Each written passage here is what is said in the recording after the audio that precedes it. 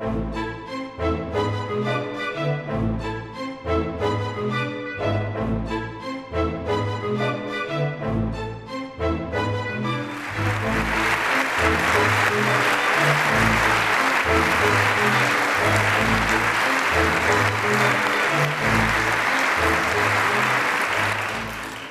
I'm Zainab Badawi. Welcome to this Intelligence Squared debate here in Cadogan Hall in London, when we'll be debating whether the West should loosen its ties with Saudi Arabia.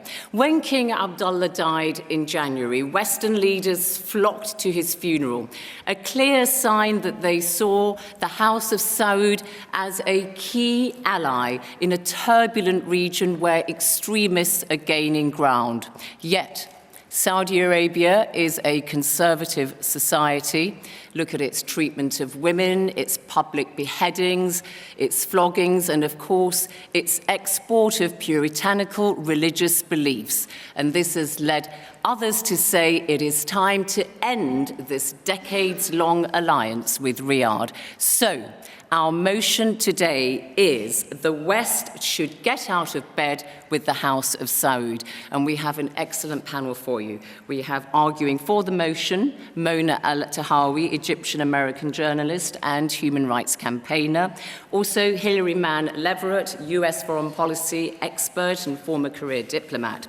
Arguing against the motion, James Rubin, former US State Department official and British Conservative MP Sir Alan Duncan, who until last year was Minister of State for International Development. That is our panel. Welcome to you all.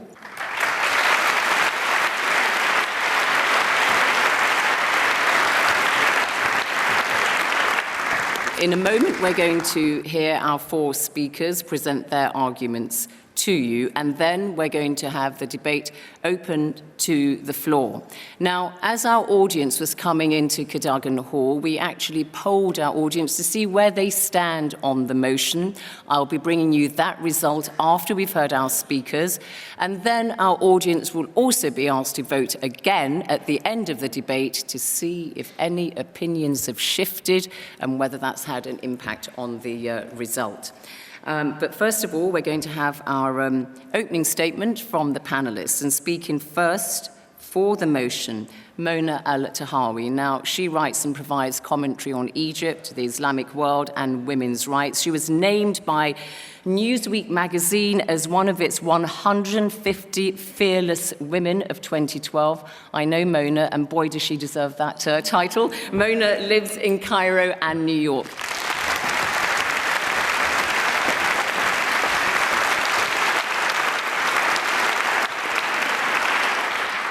Good evening, everyone. I'm very glad to be here, and I look forward to a rollicking debate. In January, 10 days before the Saudi King Abdullah died, a woman from Burma was dragged to a public square in Mecca, the holiest site for Muslims. She was held down by 4 Saudi policemen as she screamed, "I did not kill, I did not kill," after which an executioner took 3 blows to behead her. This woman at the time was just the 10th person to be executed in Saudi Arabia. But now, under the reign of King Salman, that number is up to 88. And that number outnumbers the number of people that Saudi Arabia executed last year. Now, Saudi Arabia is in an illustrious company, including that of the United States, of course, because along with 3 other countries, they're in the top 5 of the countries that execute people. Now, I oppose the death penalty everywhere, but especially in a country like Saudi Arabia, where human rights groups have long documented the injustice under which people are beheaded. Most of the people who've been executed in Saudi Arabia this year have been either Saudis or people from poor countries such as Bangladesh, Sri Lanka, and other developing countries. Human rights groups have made it very clear that the so-called trials after which these people are beheaded in public squares are done often with no legal representation, are often conducted in Arabic, a language that most of the people on trial do not understand, and often those people are forced to sign confessions, again in Arabic, that they don't understand. You often hear the Saudi royal family use the term exceptionalism, that Saudi Arabia is different than other countries, and that the Saudi royal family will help the people develop and progress because of this exceptional atmosphere. In reality, it's the Saudi royal family that is exceptional. Exceptional in its brutality, exceptional in its dictatorship, and exceptional in its gender apartheid. I'm a proud Muslim, and the Islam that is practiced in Saudi Arabia is unlike the Islam practiced anywhere else, including my country of birth, Egypt. In Saudi Arabia, there are more women than men on university campuses. They recognize the value of knowledge. But what do women do after they get this knowledge on their campuses? What happens to them in this exceptional environment? They basically have to go home and watch men who are much less qualified than they are get jobs that they cannot have. Saudi Arabia is a country, again, I remind you, that says it's exceptional and needs to develop slowly. If it was so exceptional, why are all those activists that you rarely hear about out there fighting to prove that they are ready for freedom? Have you heard of Raif Badawi, a blogger who was sentenced to 10 years in jail and 1,000 lashes? His crime, he set up a website for Saudi liberals and dared to question the version of Islam that the Saudi royal family promotes as the true Islam.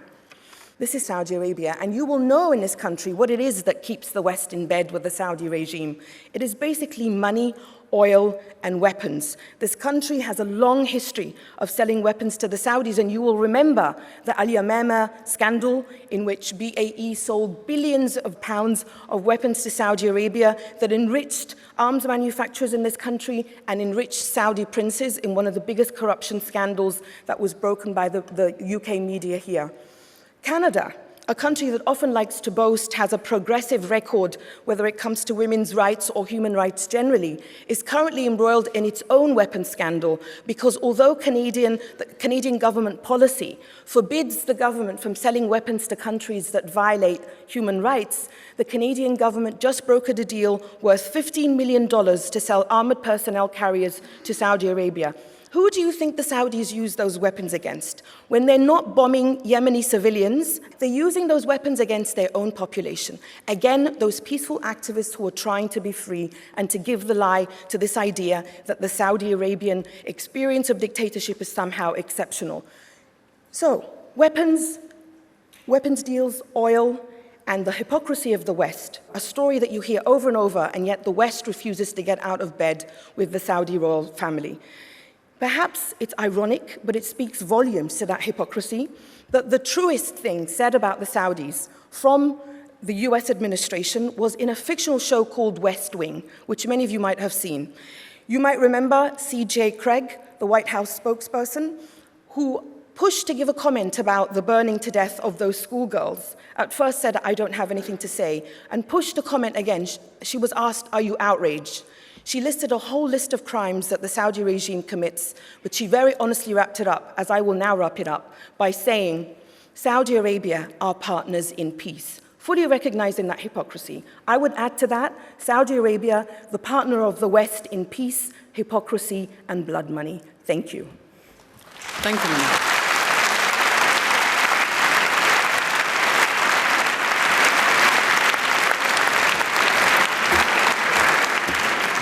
Thank you, Mona Al-Tahawi. Now speaking against the motion, James Rubin. He served under President Clinton as Assistant Secretary of State for Public Affairs and was Chief Spokesman for the Secretary of State, Madeleine Albright, and he writes a regular column for the British newspaper, The Sunday Times.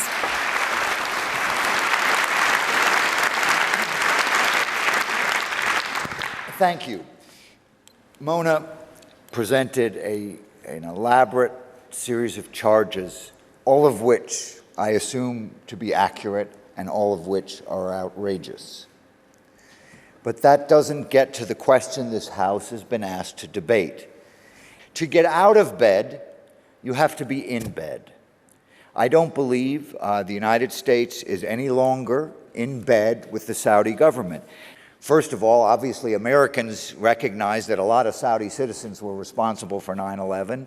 The Saudi government obviously funded Wahhabism around the world, and that outraged Americans. But more importantly, since this last 25 years have gone by, the United States on the right regards the Saudi government as the leaders of Islamic fundamentalism. On the left regards everything Mona said as true. And so there is not a very comfortable relationship on the American side. But what's even more interesting is the Saudi side. Saudi Arabia doesn't think America's its partner anymore. And that changed after the Iraq War, when George W. Bush showed, first of all, that the Shiite Iranian government was the big victor of the Iraq War. The Saudis hated that. And more importantly, he showed how incompetently the United States could run a large military operation. Now we have the Arab Spring. And what did the Saudis see? The United States throw, in their opinion, Mubarak under the bus. They were outraged by the way in which the United States chose the side of the people on the ground in Cairo rather than Mubarak. And they said, that could be us if things change here. They were seething with anger. So in the Saudi mind, what's this security guarantee worth if the country that's doing the guaranteeing is unreliable? But if you're going to insist that despite all this, despite the huge changes in the Saudi relationship with the United States, that we are somehow still in bed, look at the relationship with the Iranian Agreement. The Saudi government is so concerned that the United States is going to tilt towards Iran that they were opposing an arms control agreement that's basically in their interest. So why would the Saudis be against it? Well, they're against it because they see Iran on the march as a result of American failures over and over. I'm not agreeing with this. I'm giving you their perspective. Look, the Arab Spring was a painful experience for those of us who believe in human rights and making changes in promoting democracy. Very painful. But we've seen what happened when the Arab awakening occurred. We have seen the dangers, we've seen the risks, and they are frightening. We now have what we said we would never have in the world, a terrorist organization by the name of ISIS with a piece of real estate the size of a large Arab state in Iraq and Syria, with places to plan, to organize, and with a bloodthirstiness we've never seen before. And we need help in combating it. It's the sad truth. But as long as the United States is limiting its involvement, the British, the Europeans, and other countries, we need help. And that's why they are one of many countries helping in a coalition to fight ISIS. So these are very real practical issues. The real winner, I'm sorry to say, of the Arab awakening, at least for the moment, was the extremist Islamic groups. Well, you put all this together, and what you find is that the world has changed. Those of us who supported most the use of force for democratic values are on our heels because there is a dangerous cancer growing in that part of the world in the form of ISIS and other extremist groups. We have to deal with that. We have to defeat that. And then we can get back to berating Arab governments for their democratic failings. We're either not in bed, so we can't get out of bed, or if we are in bed in this form, let's face it, we need to do what we need to do right now. Thank you.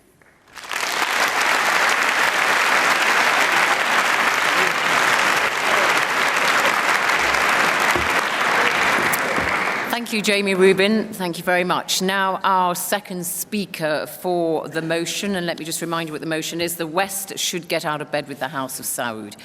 Hilary Mann Leverett. She served at the White House in both the Clinton and George W. Bush administrations, and she advocates U.S. rapprochement with Iran and is the co-author of Going to Tehran.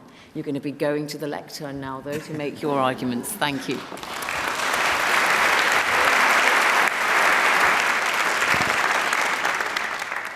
Thank you, ladies and gentlemen. I started working for the U.S. Department of State back in 1990, at a high point in U.S.-Saudi and Western Saudi relations, when our militaries came together to liberate Kuwait after Saddam Hussein's Iraq invaded. After 25 years, including multiple assignments in U.S. embassies across the Middle East and working in both Democratic and Republican White Houses, I have come to believe it imperative for the West to get out of bed with the House of Saud. I take this position because it is delusional to think that the security and financial benefits of collaborating with the Saudis serve Western interests. Instead, the so-called security and financial benefits of collaborating with Saudi Arabia need to be seen for what they are: dangerous enablers of a deeply self-damaging Western strategy toward the Middle East, a strategy largely responsible for the dramatic decline in America's international standing since the end of the Cold War and at an even faster clip since 9/11. Perpetuated long enough, this strategy will destroy America's status as a great power, dragging the West down with it. First, some argue that Saudi collaboration has been and remains essential to projecting Western, especially U.S., power in the Middle East. But this willfully overlooks how such power projection actually works to destabilize the Middle East and undermine Western interests. An extremely pernicious example of this dates back to July 1979, when the Carter administration joined with Saudi Arabia to arm, fund, and train jihadi militants in Afghanistan before the Soviet invasion. Many of these same jihadi militants turned their venom on the West, killing thousands on 9/11. Nevertheless, the West repeatedly succumbs to this day to the temptation of collaborating with Saudi Arabia to empower ever more jihadi militants in Iraq, in Libya, in Syria, in Yemen, against actors the West doesn't like. Each time, the West tells itself it derives short-term benefit from harming our designated adversary. Given this record, any claim that Saudi Arabia is now a partner in fighting jihadi groups is absurd. These groups literally would not exist but for Saudi Arabia, and it will not be the Saudis who help us defeat them. Another pernicious form of Saudi-enabled Western power projection is Saudi support for the deployment of hundreds of thousands of U.S. and Western troops to the Middle East over the past quarter century. The vast majority of Muslim publics in the Middle East now overwhelmingly see America and its partners as the biggest threat to their security and welfare. This is clearly a losing proposition for the West. Some argue that Saudi collaboration is essential to roll back Iran's rising regional influence. Again, it is delusional to think that that actually will advance Western interests.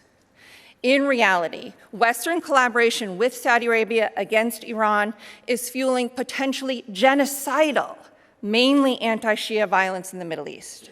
At this point, the West cannot achieve any of its stated goals in Iraq, in Syria, in Yemen, in Afghanistan, on terrorism, on proliferation, on energy security, without productive, full-range relations with the Islamic Republic of Iran. Some argue that Saudi collaboration is essential to secure stable oil flows from the Persian Gulf to international energy markets. The oil market also rests on an assumption that the House of Saud will remain stably in power indefinitely. While some tout the smooth succession from Saudi King Abdullah to King Salman earlier this year, in fact, Salman and his coterie have changed the upper levels of Saudi political leadership more radically than at any point in Saudi history. By doing so, they have created dangerously high risks of intra-family conflict that is likely to lead to the fragmentation of the Saudi state, with devastating consequences for stability on the Arabian Peninsula. It is imperative that the West not wait for popular revolution in Saudi Arabia with all the economic chaos and calamity that would come with it. At this juncture, the West's position in the Middle East is in free fall. Staying in bed with the House of Saud only guarantees the West's irrevocable strategic failure in the Middle East and around the world.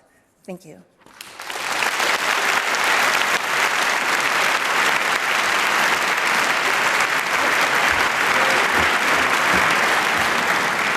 Hilary, thank you. And our second speaker against the motion is the senior Conservative MP here, Sir Alan Duncan. He was Minister of State for International Development until last year and is a leading voice in the UK on the Middle East, where he travels regularly. Make the way.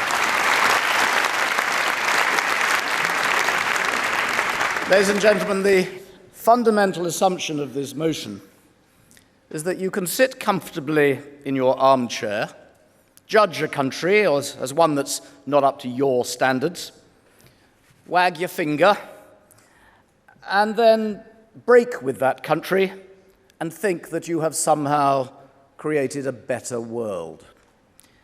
Well, I think nothing could be further from the truth. And I'd like to put it to you bluntly that the proposers of this motion misunderstand the nature of foreign policy.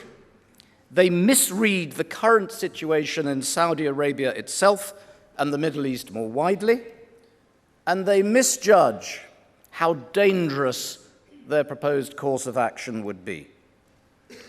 So there are things in the Kingdom of Saudi Arabia that none of us like, and where I would agree with Mona and Hilary. I don't like judicial beheading.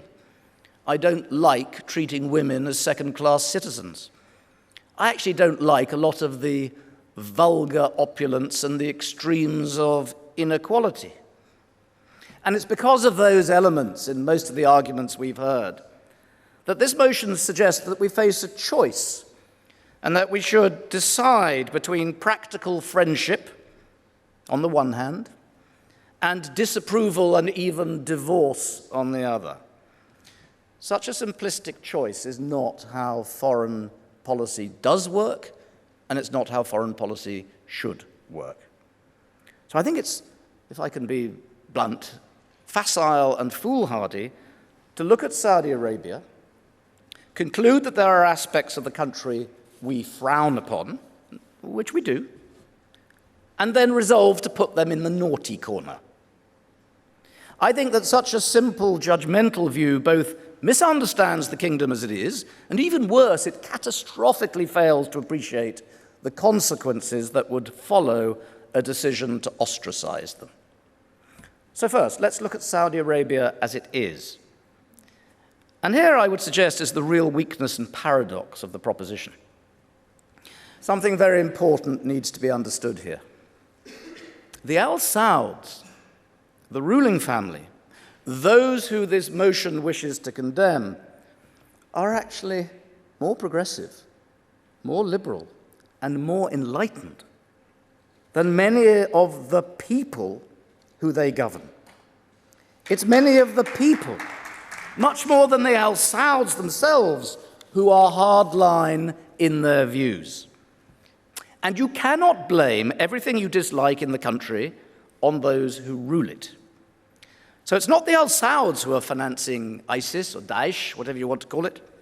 Some people within Saudi Arabia almost certainly have done so, but not the government.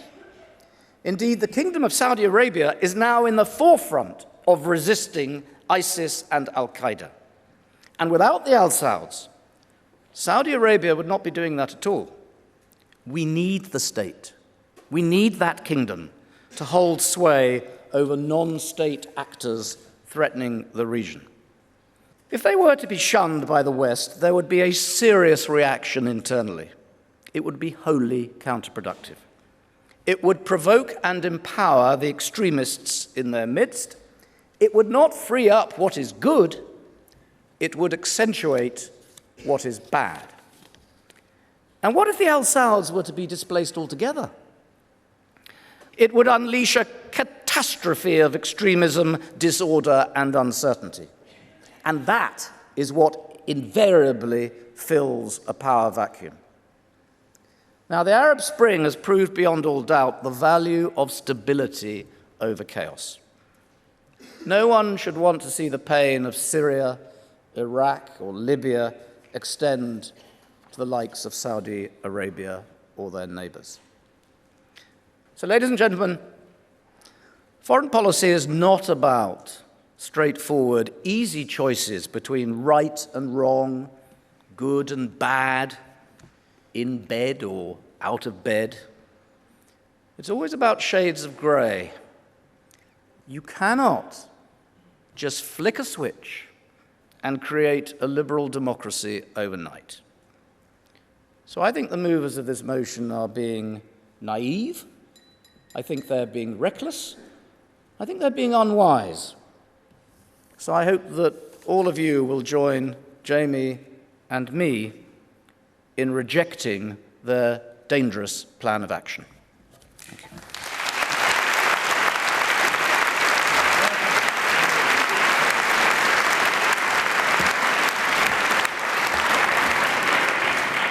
Thank you very much indeed, Sir Alan. So there you have it. You've heard our four speakers, 2 for, 2 against the motion, give you their opening arguments. Now, I have a very interesting pre-debate result here, which I'm going to give you before we go to questions from the floor. And this was how they voted on our motion, the West should get out of bed with the House of Saud. So, agreeing with that motion, for the motion, 43%. Against the motion, 17%, 1-7. And the don't know, 40%. So that's a very, very interesting result there, because it means there's a great deal for both sides to play for. So now let us go to the floor. Okay. I would like to ask Muna, what's your definition of democracy that you want to see in Saudi Arabia? Because if you're talking about Western democracy, I don't think it will apply in a traditional society like the Saudi society. If you're talking about the beheading and chopping hands, I think this is part of the Sharia law, which is accepted and wanted by the Saudi people. So what's your definition of democracy that you want the Saudis to apply? Thanks. Okay, thank you for that. Yes? Sir Sherrod Cooper-Coles, former British ambassador. I would say, ask the women of Saudi Arabia what they want. And they would want us, as Alan suggested, that we take the world not as we want it to be, but as it is. And they would want us to remain engaged with Saudi Arabia, in our own interests, in the interests of the people of Saudi Arabia, in the interests of Iran, in the interests of the whole region. If you want stability in the Middle East, if you want a better future for the people of the Middle East, then vote against this motion. Okay, well, so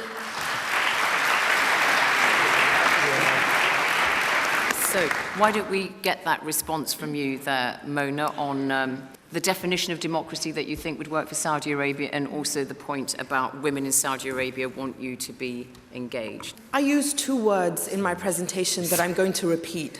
One was exceptionalism, which addresses what you're saying about how Saudi Arabia has its own ways and they must be respected. And the other word that I used was apartheid, and I called the way that women are treated in Saudi Arabia gender apartheid. And that word apartheid should remind you of a country that we also used the word apartheid against, and that was South Africa. So Sherrod and the Saudi woman there in the audience said the point is, even if you don't like the way women are treated in Saudi Arabia, that his point was you want the West to engage still, and Saudi women want the West to engage with them. What has that engagement brought us, Zainab? That engagement has brought us very little. I gave you a catalogue of human rights abuses and violations, and in answer to your question, the Saudi woman here, you asked me what's my definition of democracy. Well, my definition of democracy is freedom, and freedom doesn't change according to where you are. Freedom is about human rights. Freedom is about equality. Right. Freedom is a human right. Thank you. Hilary, briefly, if you would, please. Yes. I think our opposing side and some of in our commenter today put out a false argument. Of course we should engage with the Saudi government. The problem is that the West has focused its strategy on the Middle East artificially on propping up 2 governments that are not representative of their populations, the government of Israel and the government of Saudi Arabia.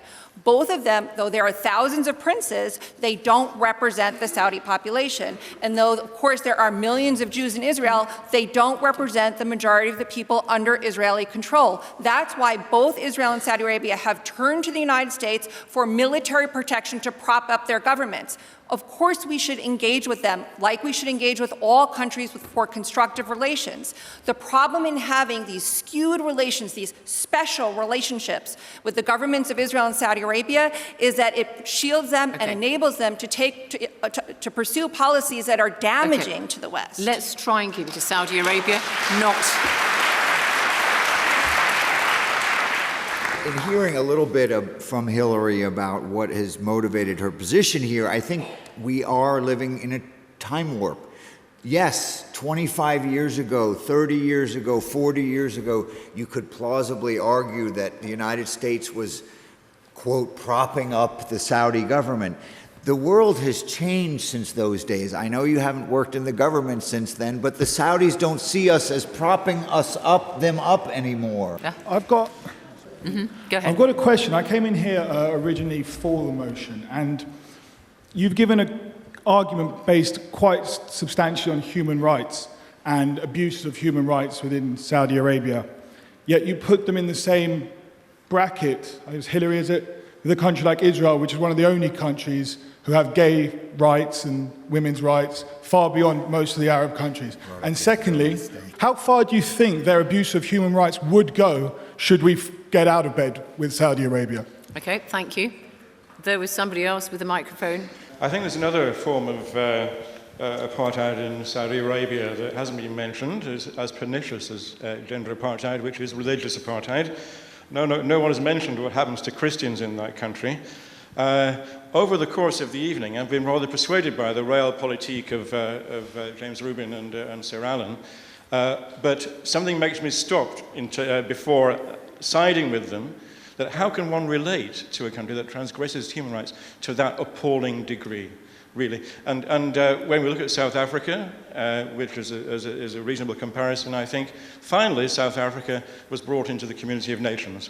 Saudi Arabia doesn't belong there, and neither does Iran, for that matter. Jamie, briefly, and panel, do keep your responses fairly tight. You're right. There are serious freedom impingements of the rights of people to go to church, to express their religion in Saudi Arabia, as there are in all the things that Mona said. Religion is one of the things she didn't say. She said most of the others. The question always is, what do you do about it? And I think where Alan really put the question to our opponents is, how do you improve things? And I've been part of this debate with the US government when we went at this question of how do you improve things? And it's a difficult subject. Do you cut off ties? Do you cut off trade? Do you try to get them expelled from organizations? Do you shine a light? And I think in the end, our best chance of making change is to use the tools of the US government to shine a light on the problems. All right, just very quickly so I can go to the floor. This isn't so hard in terms of what to do. If we didn't have a privileged relationship with Saudi Arabia and with Israel, and we had better relations, full-range relations with every country, with every regional relevant actor, they would balance themselves. Okay. We wouldn't have to constantly intervene with hundreds of thousands of troops. The answer is they would balance themselves. The human rights abuses wouldn't get worse.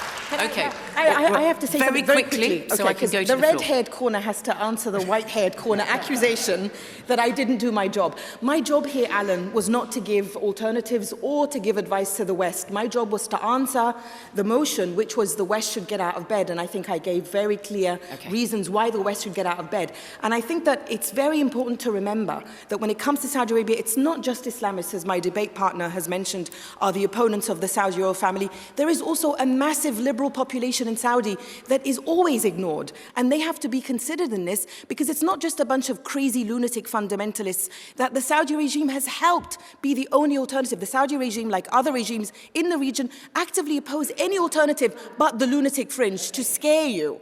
Who's got the microphone? Yes, go ahead, please. I've got a very clear picture of what the opposition are proposing, what we should vote against. But what does voting for this motion look like? What are we supposed to do? I'm getting the impression that the argument I'm hearing is this House condemns the House of Saud for all of its human rights abuses. But that sounds like a different motion. So what is it we'd be voting for? Okay, all right. Can I go to the top tier? There's somebody there. Yeah. Hi there. This stage is more of a comment. It's why are we not talking about the big white elephant in the room, which is oil? Why is Saudi Arabia globally relevant when Yemen and Sudan isn't, for example? Okay, thank you. I'm a former oil trader. Before I was a politician, I was in the oil business. And so much rubbish is spoken about oil, I have to say. First thing I'd say is, if you don't like it, try living for a week without it, and you won't be able to. But the United States is more or less now self-sufficient in oil. So the significance of producers as a geopolitical partner are much diminished. But it is the world who have to keep their oil supplies going. It's not uniquely a US or a UK relationship with the Kingdom of Saudi Arabia. They need the money from the oil, they don't need the oil. Right. Very briefly. It's a critically important question because what's put out there all the time is that we need the Saudis for oil. The bargain is that we need the Saudis for oil. Here, it's not just a Saudi problem. This is where the complicity, the dysfunctionality of the relationship of being in bed with the Saudis is so important. We collaborate with the Saudis to use oil as a weapon against other countries, whether it's Iran to impose sanctions on Iran, whether it's Russia to impose sanctions on Russia. If it weren't for that, if we weren't using oil as a weapon, collaborating with the Saudis, there would be much more diversity of supply. The US itself doesn't need Saudi I said oil. you will hear rubbish talked about oil. You have just heard it. You just said that. Let's go to the floor, please, and let's take several questions or comments. Yes? With all due respect to the yes side, I think if you're going to take the question seriously, you have got to think about what happens next. So if we get out of bed with the House of Saud, who are they going to turn to instead? Particularly they're after so many weapons and support. President Putin looks like a good bet, and with his well-known record on gay rights and ethnic minorities, that may not be an improvement. So I think we have got to consider that.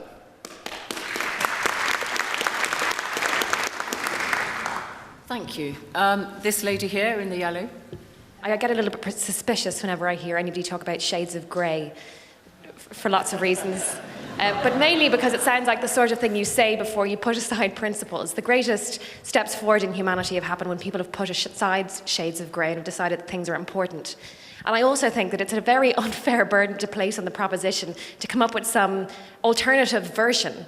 And so I would put the burden back on the opposition, and I would say, how bad would it have to get in Saudi Arabia before you decided it was worth getting out of bed with them?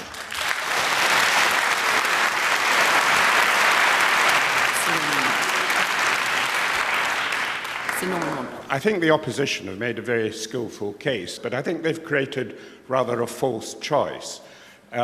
Getting out of bed with Saudi Arabia is not the same as not engaging at all with Saudi Arabia. And when we're asked what does this mean, could I suggest what it might mean? One, we shouldn't sell arms of a very sophisticated kind on the scale we do, massively, arms that Saudi Arabia doesn't need and can't actually probably use properly. Secondly, we shouldn't have stood idly by without any condemnation when the Saudis moved troops into Bahrain. I don't think James Rubin is right to say the United States is not supporting the stance that Saudi Arabia has taken in Yemen. It is not necessary to be completely disengaged from Saudi Arabia simply by getting out of bed. We shouldn't be aiding them so much in their foreign policy. Okay. Respond briefly to this. And to be very clear, the United States supports the Saudis in Yemen. Okay, so please take that into consideration. Look, you can imagine a hell on earth, and the place that comes closest to that right now is that little place where ISIS controls part of Syria and part of Iraq, where people are burned to death in front of the cameras, where people's heads are cut off in rows on the beach because they come from a different religion. The hell on earth in the Middle East exists. It's in the ISIS portion of Iraq and Syria. And so I'm happy to worry about how bad Saudi Arabia could get someday. I've been there. I can assure you it's not that bad as ISIS. And I'd like to focus, as one does in life, one has priorities. And the priority right now is to defeat those extremists who now have a place, a state. We always said after 9/11, imagine if a terrorist organization, had a state within which to plan and organize, and they have visas to come back to Europe and the United States. We're going to be having a debate, if we don't deal with this 10 years from now, about why we didn't stop ISIS when we had the chance. Thank you, thank you. Okay, at the back there, the lady. I have a comment. I actually don't think the United States should be in bed with anyone in the Middle East. I think that they should be absolutely out of bed with anyone. They should be a credible broker of the truth. And they should actually, regarding ISIS, they should actually get the Saudis and the Iranians to form an army to combat ISIS.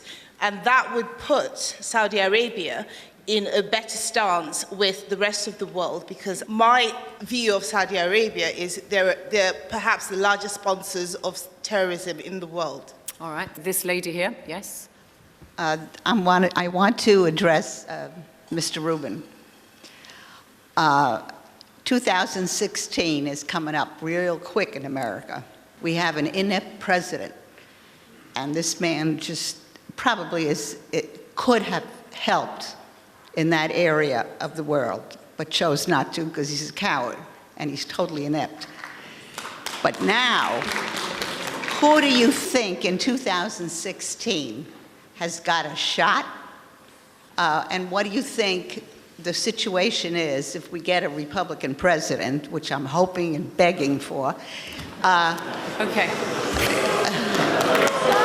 She's asking. Sorry. No. I want to know what you would think would happen with a relationship with America with Saudi Arabia. Yes, okay. So who do you think is going to have a relationship with Saudi Arabia out of the possible presidential candidates?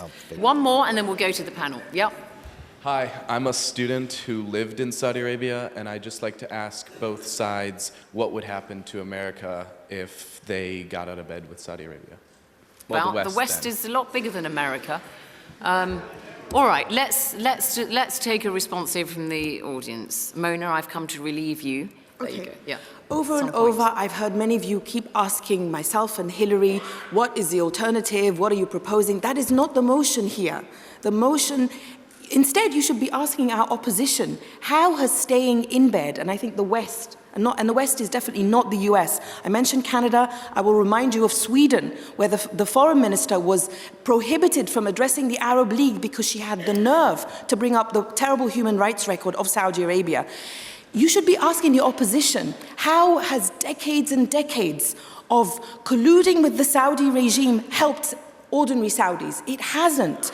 It has made it almost impossible to oppose the regime because the regime knows that the West will allow it to get away, literally with murder and with various human rights violations. So it's the responsibility of our opposition to show you how this cowardly foreign policy of constantly colluding with the Saudis helps ordinary Saudis. It does not. 8 decades. 8 decades of an alliance between the West and Saudi Arabia.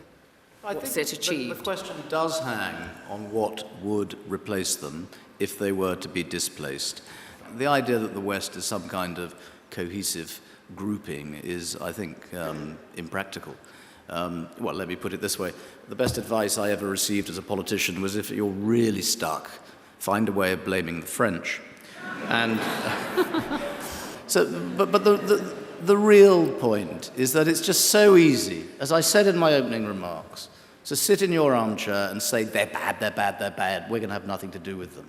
But it does matter in the real world what then would follow.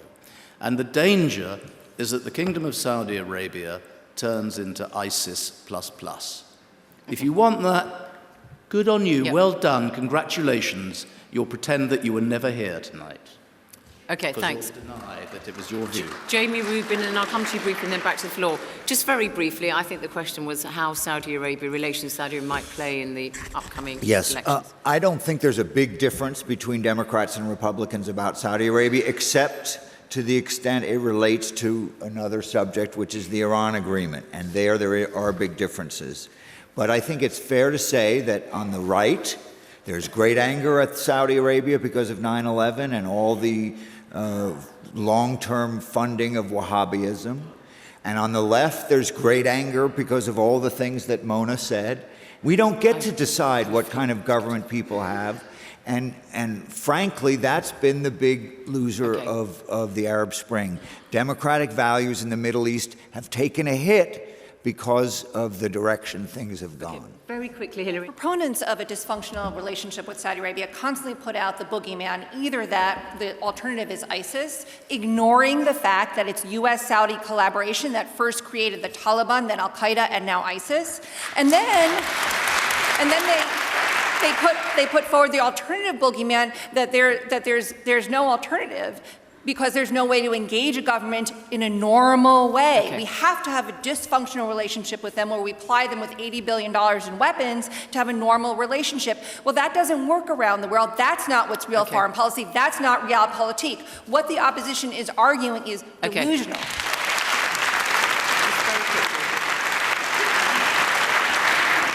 I now have the results of this intelligence squared debate. I need a drum roll. And the motion, of course, let me remind you all, was the West should get out of bed with the House of Saud. This is how the audience here has voted after they've heard our speakers and put questions to them. For the motion, this side, 47%. Against the motion, this side, 49%. But don't know.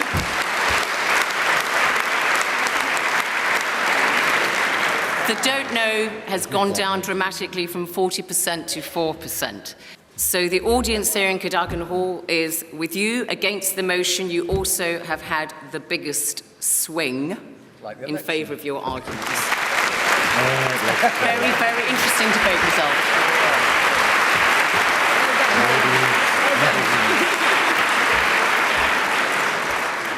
Well, very, very interesting debate result there. Congratulations to this side. Our thanks to all the speakers on our panel, the audience here at Cadogan Hall in London, and of course you, wherever you are watching this debate on BBC World TV. Thank you very much indeed to Intelligence Squared for making this debate possible. From me, Zainab Badawi, and all of the team, thank you very much. Goodbye.